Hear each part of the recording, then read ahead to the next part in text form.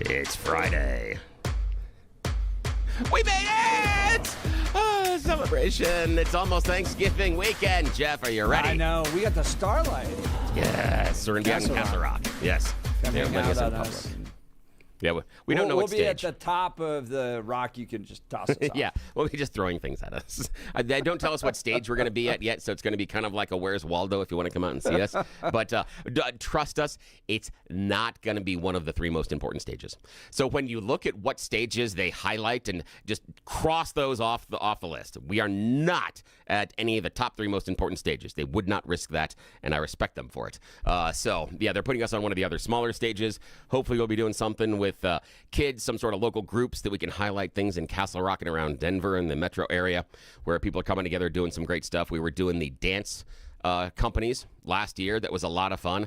But yeah, if you're out there in Castle Rock, it's a great way to kick off the holiday season. It's a really fun way where they shut down like 3 blocks downtown. And it's just casual wandering around. Lots of adult beverages, great food, really, really funny Christmas clothes, too. I got myself a hat last year that was wonderful. It's a Christmas fedora that is too small for my fat head and looks ridiculously silly when I wear it, and I'm so proud of it. So, yeah, there's some fun things out there. Going out and join us. Yeah, but you have to come find us. It's going to be a Where's Waldo things. You got to find us at one of the stages. But if you do, come and say hi, and we'll hang out with you for a bit. Yeah. It'll be great. We've got a lot to talk about today. Trump calling Democrat video to troops seditious behavior, punishable by death. Was Trump right to call this out, or is this inappropriate comments made by the President of the United States? Join the conversation. Give us a call at 303-696-1971. Some changes coming to CDC and their statements regarding vaccines and autism. And then Trump and Mamdani meeting today at the White House. What do you expect in that meeting? We've got a whole lot to cover. Now it's time, though, for news and comment. Mr. Blake Olson. Blake Olson. Blake Olson, news and comment. Good morning, TGIF. Yes, we made it. 40 and cloudy in Denver, expecting a high of 48 today.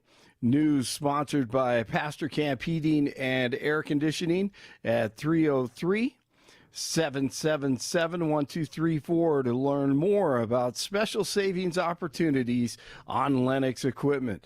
Our top story, Colorado U.S. Rep. Jason Crow among a group of lefty lawmakers receiving backlash from the DJT administration. Crow and several others were featured in a video urging military members to refuse illegal orders from the Commander-in-Chief.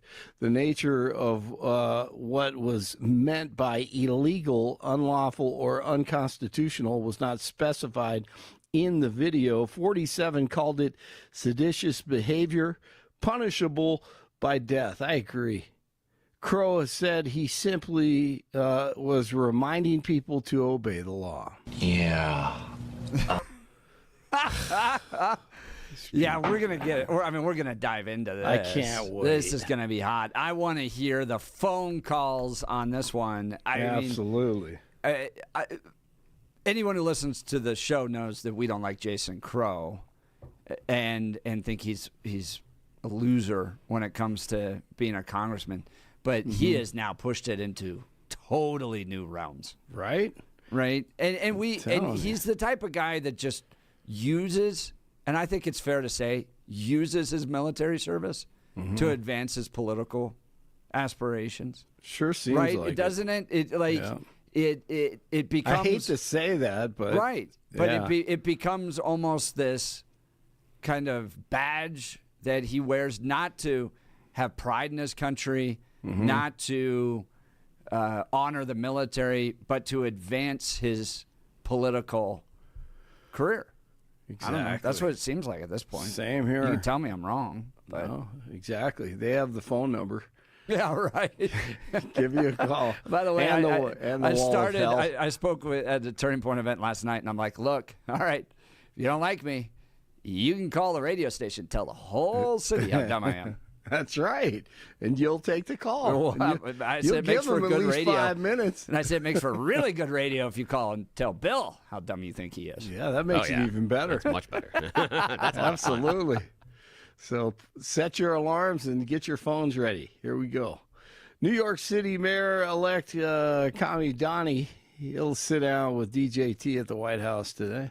The meeting is their first since the Democratic Socialists got elected mayor after a campaign where Trump and Mamdani were very critical of one another. But Mamdani says this is about a relationship between New York and the White House. And I will look to make clear that my interest goes beyond any one of an individual. It's for the people that I look to represent. White House Press Secretary Caroline Leavitt. We have a communist coming to the White House because that's who the Democrat Party elected. Mamdani says he wants to talk to Trump about affordability and address what he calls the cost of living crisis for New Yorkers. Scott Pringle, NBC News Radio, New York. Thank you, Scott. Here's a little interview with Kami Donnie. The reporter did a good job here, but dude, I mean, this guy is like Pee Wee Herman talking to him. But here we go. This is interesting. And the other one, you're talking about fast and free buses and you're meeting with the governor. I've heard you talk about many times that you don't want to take money away from the MTA. You want to put money back in. It's something that she agrees with, right? We don't want to take away money from the MTA. How are you getting that money, the $700 million to make the buses free, into the MTA if she's not for raising taxes? You know, I think that the two clearest ways to raise that money is through the raising of the state's corporate tax to match But she that said of New no. Jersey. I think that a lot of this is still a case to be made, whether it's the corporate tax or whether it's the personal income tax on those who make more than $1 million a year or more. I think that these are the clearest ways. I've also said that if there are other ways to raise this funding, the most important fact is that we fund it, not the question of how we do it, but that we do it. Yeah, not how we do. my gosh. Who cares about I how swear, we do I it? swear the socialists live in a weird world where money just shows up. Yeah. Like, oh, it's just there. Absolutely. Look, it's just, how did it get there? I don't know. Exactly. The money tree is real. Absolutely. It's not like you took the power of the state to tax and kicked down doors and opened up bank accounts and took it out. Oh, God. Good night. This is going to be a train wreck, really. And I hate it because our daughter lives there, and I'm like, I just beg her. Is she in NYC? Yeah, she's in Manhattan. Isn't it cool, though? Isn't the city cool? No. No, you don't like visiting it? Dude, I don't need to see rats, man. I don't. Yeah, I think the city is never, so cool. I've But- never been impressed. I was... A lot of people, though. I like Boston better, man. Nah, yeah, really. Oh, I mean, man. it's interesting. I love you. Yeah, The it's fact more you can go to Times Square at 1:30 in the morning, and it's Yeah, the that's place true. is packed. Like it might as well be 4 in the afternoon. It's the Yeah, city. New York true. City's the city that never sleeps. No, you're I like right. that. Well, it's not as much that way now. I mean, there are a lot more things closed than you would think at 4 in the morning. There was these days. someone Well, got this is sucker 6 punched a months few ago. years ago. Who was that? That was some major actor got sucker punched. Oh yeah, Anyways, I remember that. Remember Yeah. that? I And- can't remember who it was. You know, and everybody's going, oh, it's so terrible what's happening to New York. These actors just walking around getting randomly sucker punched. And Bill Burr Yep. comes in and Bill goes, 70s New York City's back, baby. It's just, it's totally That's unsafe. right. You can't walk down the streets. We got the, Yep. the edge Pre-Ru- again. Pre-Rudy Giuliani. Exactly. Man, that was wild. So that's what I was there. you could tell that's where New York City's going to head back to now. Yep, absolutely. Yeah, I'm not a big fan. Sorry. An Adams County deputy is recovering after being injured by a suspect. The deputy conducted a traffic stop at Corona Street and Essex Drive late Thursday afternoon. The suspect fired shots in the air before trying to flee. Okay, so he tries to flee. Deputies broke off their pursuit, but the suspect returned to the scene and fired another round. My goodness. The suspect then struck a deputy in the leg, leading to a second pursuit. The chase ended when the suspect crashed head-on into a law enforcement vehicle. Wow, how many drugs are out? How much alcohol was involved there? Wow. The deputy was treated for minor injuries. while charges against the suspect are pending. Jeez. Man, be careful out there. A federal judge says the Trump administration's deployment of the National Guard to D.C. was unlawful. Of course, the judge did. That's what they do. The ruling blocks the administration from deploying troops to crack down on crime without the D.C. mayor's approval, but the judge paused the ruling until December in order to give the administration a chance to appeal. Well, thank you very much for that. A former school counselor in Fort Collins, accused of having a sexual relationship with a student. Former Poudre Community Academy counselor Janelle Edsall has been booked into the Larimer County Jail on 2 felony counts of sexual assault and 1 misdemeanor of false reporting. Authorities are concerned there may be more victims and are asking for tips. Edsall has not been with the district since July. She also worked as a private practice counselor at Vine Counseling. I'm Connor Shreve. Thank you, Connor. Avs go for 7 wins in a row last night. And 5 of the 6 have gone to overtime. Here's Marty Natchez.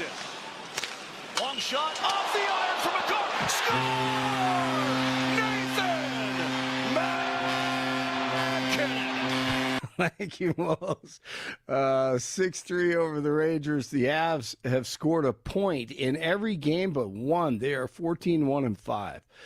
The Texans knocked off the Bills last night, 23-19.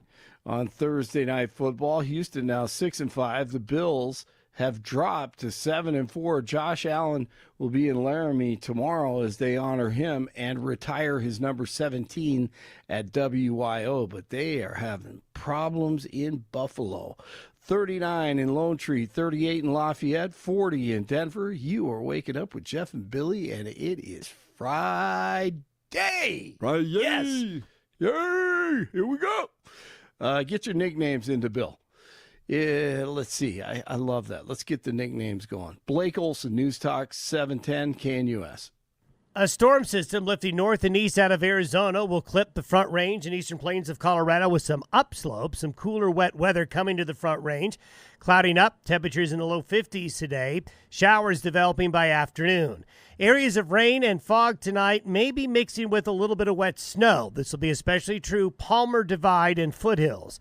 Some of these rain and snow showers and areas of fog will linger into early Friday, then partly cloudy, and back into the 50s for the weekend. Meteorologist Don Day in the 710 KNUS Weather Center.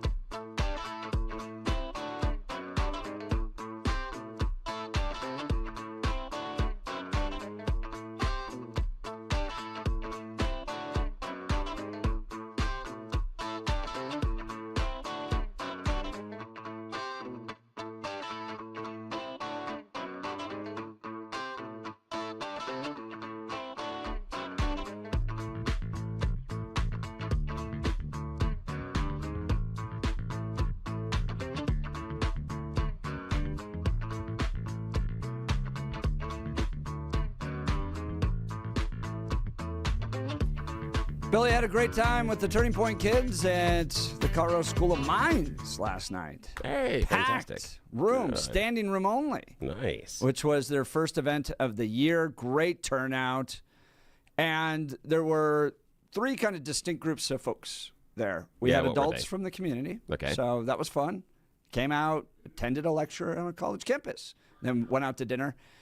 Students, conservative students, it was great to connect with them because oftentimes some had come down from CSU, for instance, or came from nearby schools as well.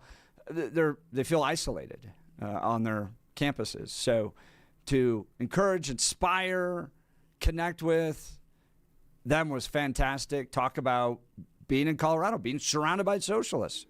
What is your job and your work as a conservative, and how do you share a message of good news in a generation that's more depressed, more obese, more medicated, more suicidal than ever before. So it definitely went into faith and the great aspects of the gospel in bringing hope to this generation, and your role, not just debating politics, but engaging and also sharing good news. So that was fun with the conservative kids from around the community. Nice. And then there were the trans communists. Hey, all right. And they sat right up front. Oh, good. In the splash zone. That's nice. Good job. I like that. That's good. They sat up front. It was great. It was actually a really good conversation. So I recognized that they were probably not fans of me. And so I went up ahead of time and met them all. Yeah. Said, hey, smart. Thanks for coming. I think this is great. I'm glad you guys are here. And then when we got to question time, they shot like right up, like the first questions. Sure. Yeah. Right. And very first question. Yeah. He starts reading my tweets back to me. Oh, that's nice. I like that. And I said, have you seen the show? He goes, no. And I go, well, let me tell you this. Yeah, should. I love it when people read my tweets back to me. Oh, it's fantastic. Yeah. I'm surprised they didn't check out the show beforehand. That's a little disappointing, honestly. Well, hopefully they're here today. And I joked, I have dreams of being drugged before a Senate, approval committee of some kind. And they're like, Mr. Hunt, you wrote this about women with nose rings. Yeah. Which I always find fun. See, I've got those dreams, too, where they haul me in front of a Senate subcommittee and they're asking me questions. I'm like, yeah, this is on you. You brought me here and you think this is important. I don't have anything to defend. This is on your questionable decision-making to think that I'm important in any way, shape, or form in this entire narrative. That is on you. That's an easy one for me to get out of, yes.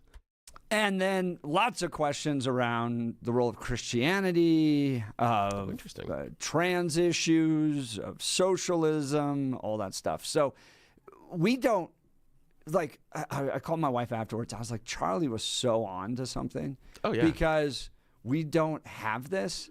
You got to think, in their world, most of the engagement's all digital, right? So you just kind of post something like, I disagree and stuff like that. And it's just a series of texts. Yeah, there's no real screen, engagement. Yeah. Right? But to look eye to eye, 6 inches from each other, I mean, they were right up front. And let's talk trans identity issues. Let's talk the Constitution. Let's talk who Jesus Christ is.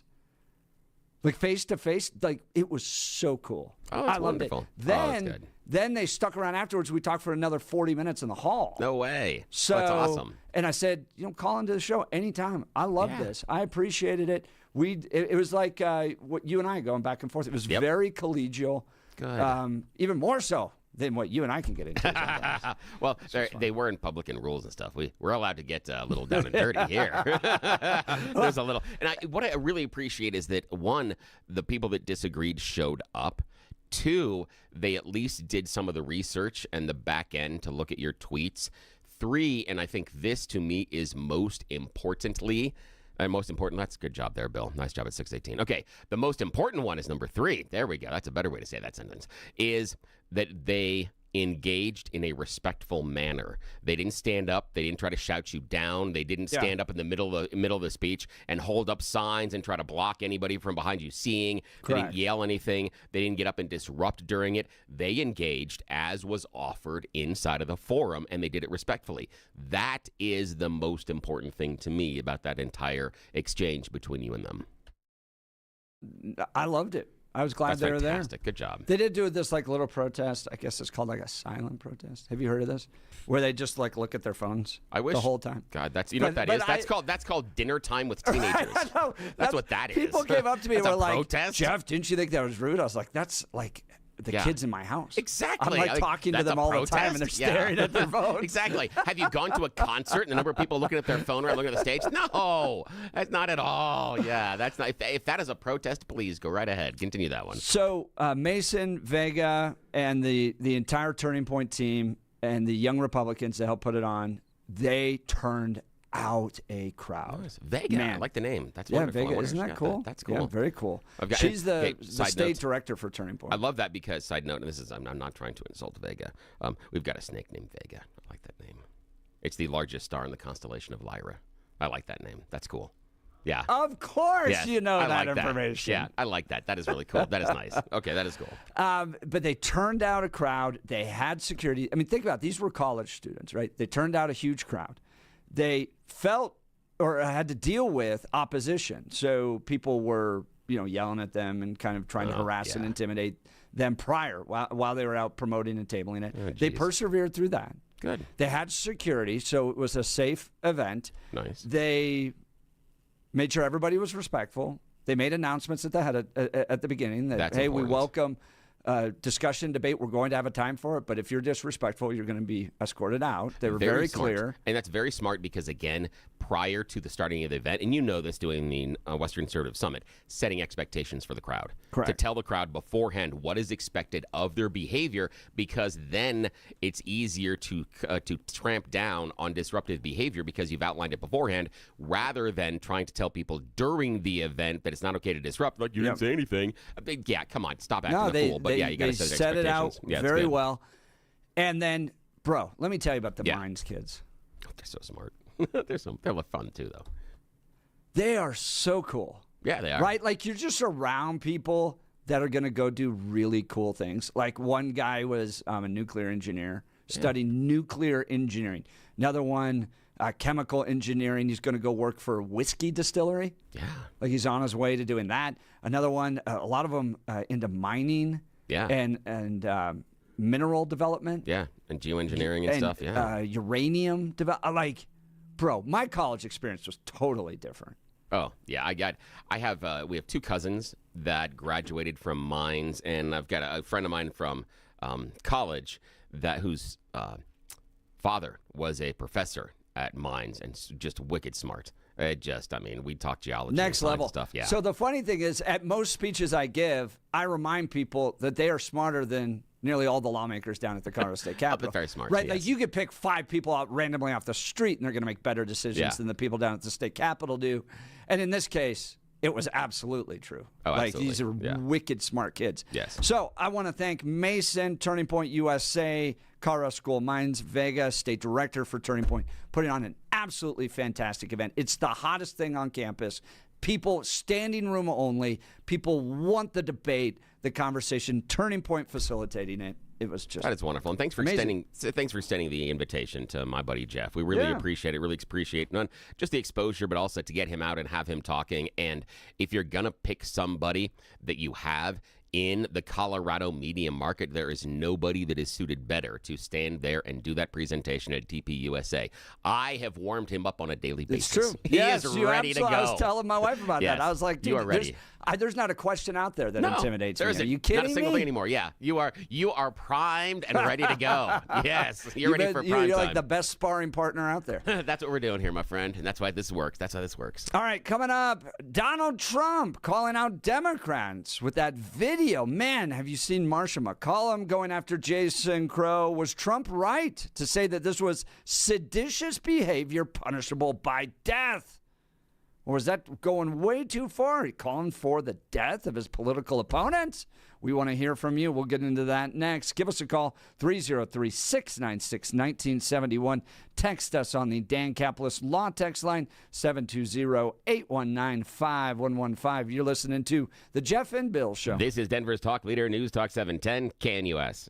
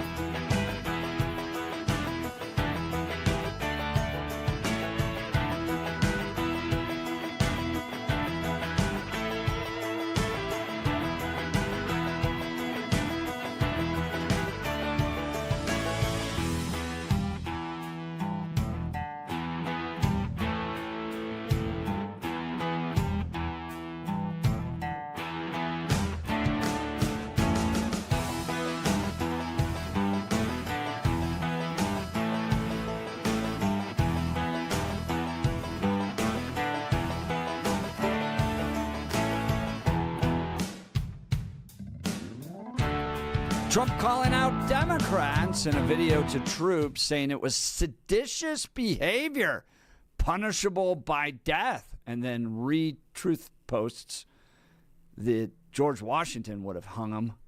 Whoa! Wow. Pushing it to 11. We have the original audio of the video. Jason Crow's in this, so the representative that represents the district this station sits in, joined with a few Democrats in sowing dissension and doubt in our troops, questioning the chain of command, from my opinion. Let's play it. Here it is. This is the original video. I'm Senator Alyssa Slotkin. Senator Mark Kelly. Representative Chris DeLuzio. Congresswoman Maggie Goodlander. Representative Chrissy Houlihan. Congressman Jason Crow. I was a captain in the United States Navy. Former CIA officer. Former Navy. Former paratrooper and Army Ranger. Former intelligence officer. Former Air Force. We want to speak directly to members of the military and the intelligence community who take risks each day to keep Americans safe. We know you are under enormous stress and pressure right now. Americans trust their military. But that trust is at risk. This administration is pitting our uniformed military and intelligence community professionals against American citizens. Like us. You all swore an oath to protect and defend this Constitution. Right now, the threats to our Constitution aren't just coming from abroad, but from right here at home. Our laws are clear. You can refuse illegal orders. You can refuse illegal orders. You must refuse illegal orders. No one has to carry out orders that violate the law or our Constitution. We know this is hard and that it's a difficult time to be a public servant. But whether you're serving in the CIA, the Army, or Navy, the Air Force, your vigilance is critical. And know that we have your back. Because now, more than ever, the American people need you. We need you to stand up for our laws, our Constitution, and who we are as Americans. Don't give up. Don't give up. Don't give up. Don't give up the ship. Now more than ever. Don't give up the ship. The critique early on when we covered this earlier this week, it's what the heck are they talking about? Right? George Brockler's like, name the law. Marcia McCollum, name the law. And they all just, what is the illegal order that you've been given? Name it. Well, we're just reminding the troops. That's not just reminding the troops. Give me a break. You're saying that now more than ever we're pitting troops against American citizens. That was sowing dissension and doubt into our troops, creating questions in the chain of command. And Bill, from my perspective, the biggest concern is not what Donald Trump said in response. It's not even what they said as Democrats. It's how a private or a sergeant somewhere in the military could end up going to jail for a very long time because they happened to listen to what these Democrats said. Yeah, that's not going to happen. 110%. Guarantee. How do you know that that's not going to happen? That someone out there is not going to disobey an order? Someone in uniform. That's not going to happen based on that video. 110%. I will guarantee it that based on that video, they're not going to do it. And it's only occurred to me after having a conversation with an enlisted friend a number of days ago that it was right after our conversation that we had about this the first time. And they reminded me that regularly enlisted men and women are briefed about disobeying illegal orders. They get this talk routinely, several times a year. They get this from their command. They're told this. So their impression was anybody that is enlisted has heard this over and over and over and over, and they are going to tune it out. Just because this group of lawmakers makes a fancy video and has a neat little tagline at the end, it will be tuned out because the average rank and file service member hears this regularly. This was done for politics. This was a political statement they were doing to make a lot of noise, get a lot of attention, to go viral, and we've done exactly that. In fact, I submit that if Donald Trump would have ignored it, this wouldn't be as large of an issue. Oh, it Bill, would have gone away. No, you're Yeah. totally wrong about that. Trump No. was right to confront this. This was an effort to sow dissension and doubt in our troops, to break the chain of command. This was unacceptable behavior. And as to your point, this was political. You have a group of Democrats utilizing their former roles in the military to try to score political points, and the result is that they're sowing dissension in the troops. That's unacceptable behavior. I'm glad the president called them out. Was it strong? Yes, it was. They're not sowing dissent at all. And again, because the average rank and file is going to ignore it. They get this message all the time, and this is the issue. If Donald Trump believes that this message to the troops is a form of sedition, then you have people inside the military committing sedition several times a year, usually every quarter. That's normally when it happens. But these things are given to the troops on the regular basis. Bill, you just admitted this was not some just reminder. Now, Some here's- NBC Yes, Jeff. after-school reminder of the Constitution. No, this was an effort, a deliberate effort by a group of Democrats to sow dissension in the troops. They make No, that's not wildly what I said at all. inappropriate statements. No, not what I said They at all. say we're pitting troops Oh, against that's the wrong. American citizens. What are you talking about? No. They couldn't define a single thing they said in that. No. See, the thing is you're coming to the conclusion that they are doing this to sow dissension. And Yes. that's wrong. They didn't do it to sow dissension because they know they're service members. They know this message is delivered to servicemen and women several times a year. They already hear this message. What I said is that this, the message that this is what I said. Hang troops on. are being This is pitted what I against said. the American Hang on. citizens. They're This is hearing what I that said. message? Hang on. That's not what I said. I said the idea of disobeying illegal orders. What I said also was that this particular video was political.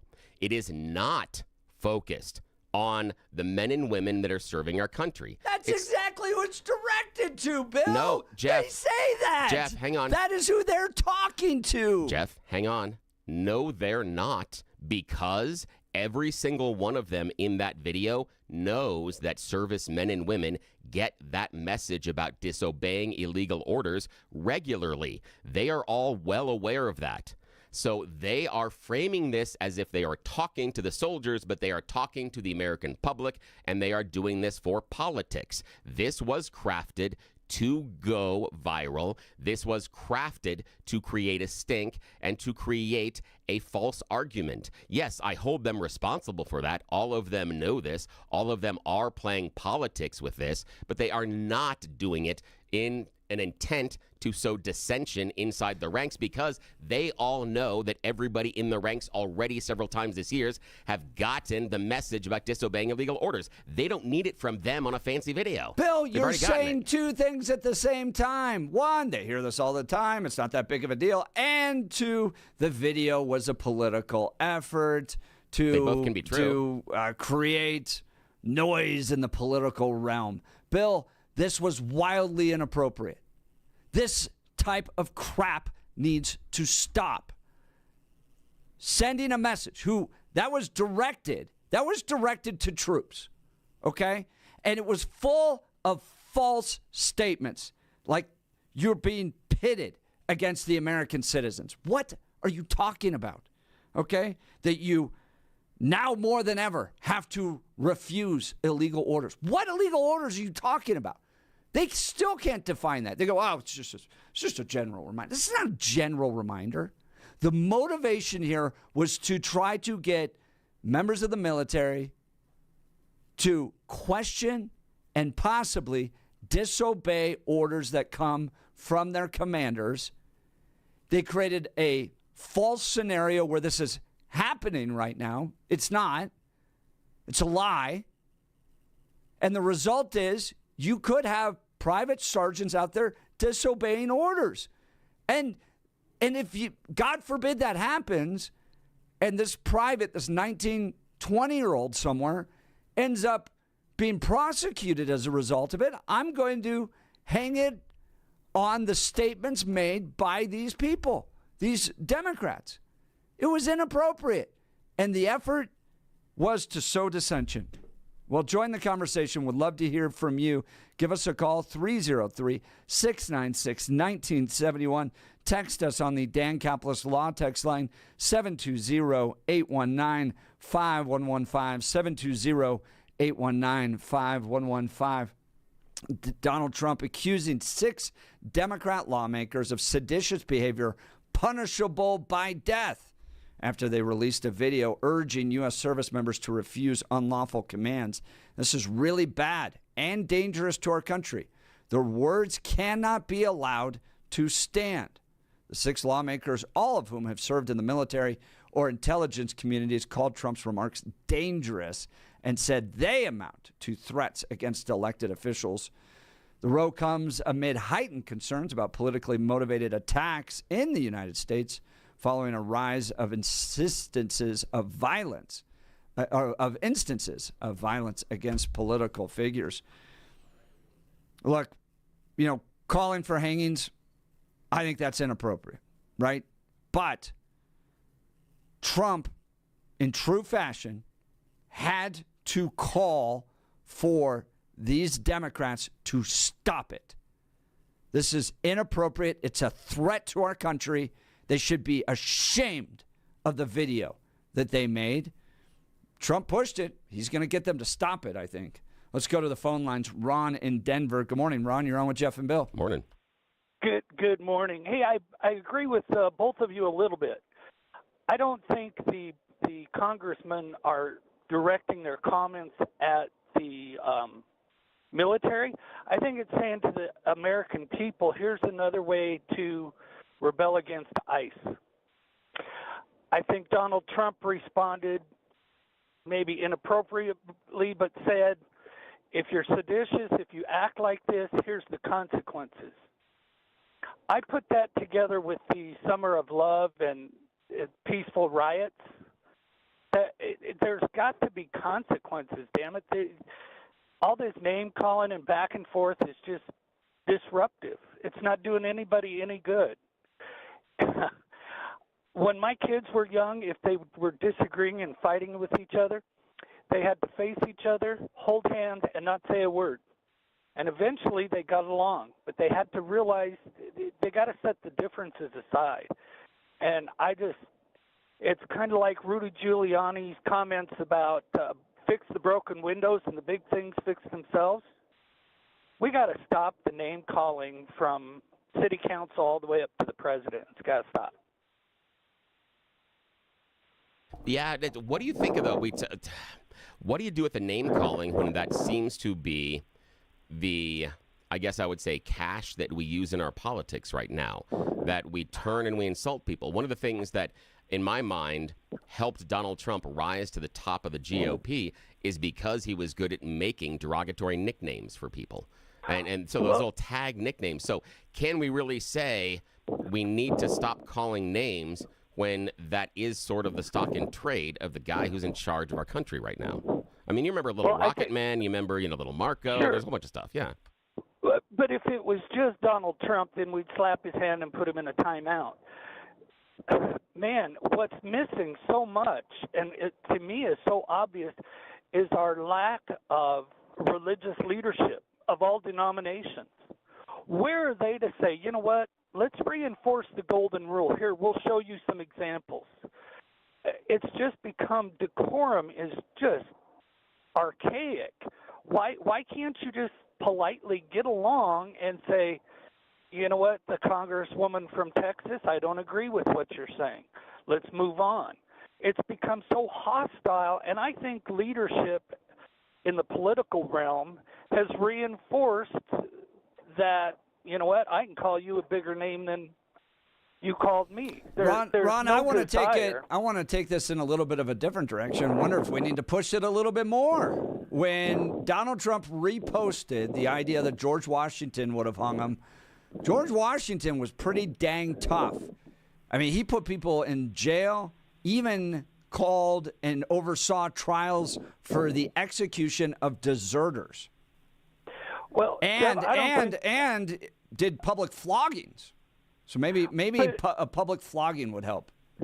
We don't need to go to that extreme, but I think we missed our point when Kathy Griffin had the bloody head of Donald Trump? Bloody head, yeah. Yeah. Man, she should have been in jail. Bam. Here. You know what? You pull this crap, here's the consequences. But society doesn't want consequences anymore, whether severe or... Jeff, look at, Rob, I got a question. Hang on, Rob, is- I got a question on Sure. that. Do you think that Kathy Griffin holding up a decapitated, bloody head of the president deserves jail? And I mean, you said we need consequences, and I'm curious where those consequences are, because Kathy Griffin lost business, lost bookings, and was basically sidelined for a number of years because of that by the entertainment community. She did have some outlets, but overarching, there was some consequence there. What sort of consequences are you searching for? If you make a threat, if you go into a building and yell fire, there damn well better be a fire, or you're going to face consequences, correct? Not If always you go, necessarily. Well, But, okay, but so to if his you- point, though, but, okay, you don't if have you- free speech protections there. Go ahead. If you go in and yell fire, and come to find out it's not, somebody was just smoking, then you're in the clear. But if you go in and yell fire because you lit the fire and you want to see everybody run out, somebody gets hurt, you could be held responsible for those injuries. What I'm saying is You set the fire. Yeah. you can say these gross, there's no limits anymore. You know what, it's okay for Kathy Griffith to say that, but it's not okay for somebody to act more extreme, such as shooting at the president. Or Yeah, but see what I'm Rod, I saying? would say, but It's- Rod, shooting is not speech. We can agree on Correct, but that. you don't have free speech protections around incitement to violence. Yeah, but when I did disagree we that what realize- Kathy Griffin was doing was incitement to violence. I mean, I Really? agree. Yeah. Really? Yes. I don't think she was inciting violence. Do I think that it was that she did cross a boundary and it was disgusting? Sure, but was it incitement for violence? No. It was an But what incitement about to hugs. Maxine Waters? But Maxine Waters saying if you see somebody you don't like, go up and punch them in the face. Yeah, but Donald Trump said that on the Good Lord campaign trail, Almighty. too, inside of his campaign events. Said if you see somebody here about to throw a tomato, punch them, and I'll cover your legal bills. So he said it, too. I mean, that's the idea, is that's where we are. Billy, Yeah. Billy, where the hell are the adults in the room? Those are the Where- adults in the room, and that's the problem. Rob, that's the problem. I'm gonna go. Those are I'm the gonna go adults. back to my first statement in my speech yesterday with Turning Point that most average people are smarter than our elected officials. Ron, I appreciate it. We got to get to a You Choose the News. Join the conversation. We'll continue this into the next hour. 303-696-1971 or text us at 720-819-5115. We got You Choose the News Loser Edition coming up. You're listening to the Jeff and Bill Show. This is Denver's Talk Leader News Talk 710 KNUS.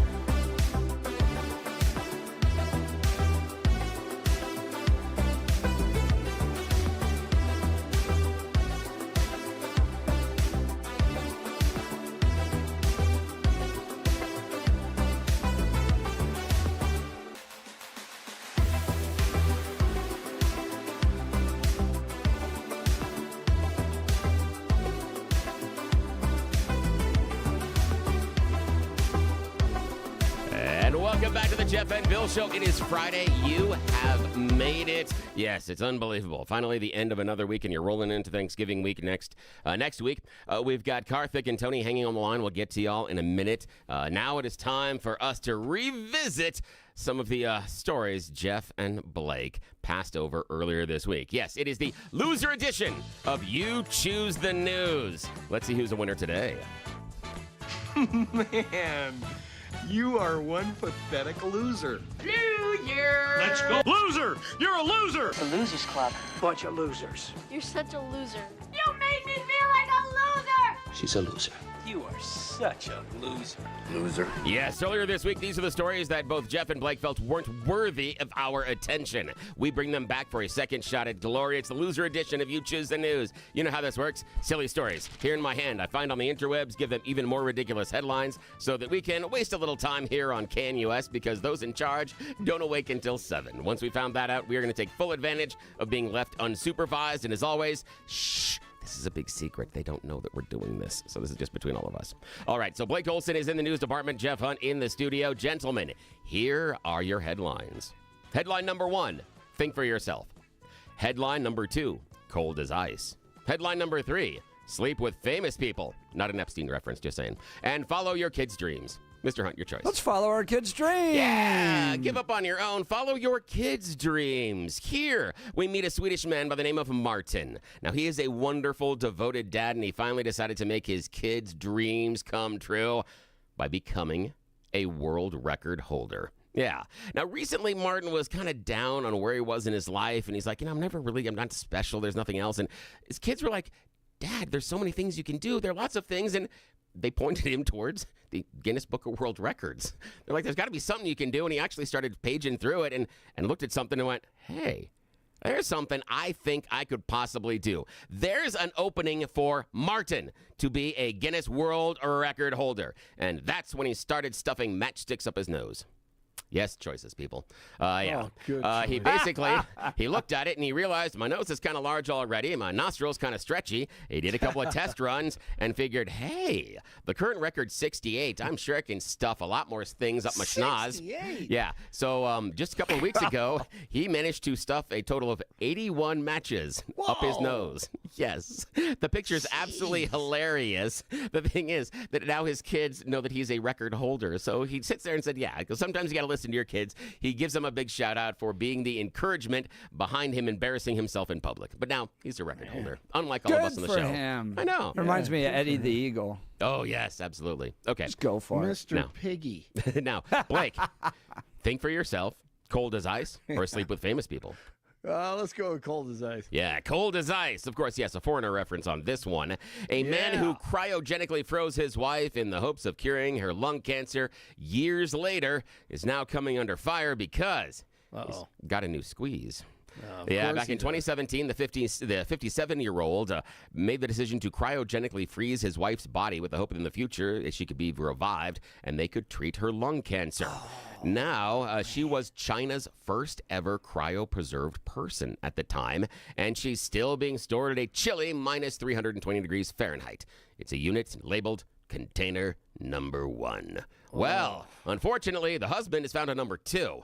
Yeah, he said that when she left, my world collapsed and I didn't know what to do. Chinese news outlets recently discovered that he had started dating again, even living with his new girlfriend over the past year and a half. He said he stayed single for a little while, but then he suffered from health complications and he needed help at home. I'm sure he did. I'm sure. Yeah, he says, she's really hot, and the other one wasn't. Yeah, exactly. He said his current girlfriend, well, she's frozen, so, it's, Right. yeah. She's cold. Yeah, cold as ice. Yeah. Yeah, And I so, like hot ones. Yes. He like something at least has a pulse. So you think, when he met his current girlfriend, he said that, the personalities clicked and she helped him out at home, and so now, but she understands that he's never giving up the first wife unless someone unplugs her. So I think, but I added that last part. Okay. Now, Jeff, your choice, sir. Think for yourself or sleep with famous people. Again, not an Think for FT. yourself. Yeah, think for yourself. yourself. Microsoft has issued a warning saying, hey, guys, you got to think for yourself because their new agentic AI capabilities could really F up your computer. Yes, Microsoft is going all in on AI and saying, hey, now the agentic AI is an autonomous AI unit that can be loaded onto your computer.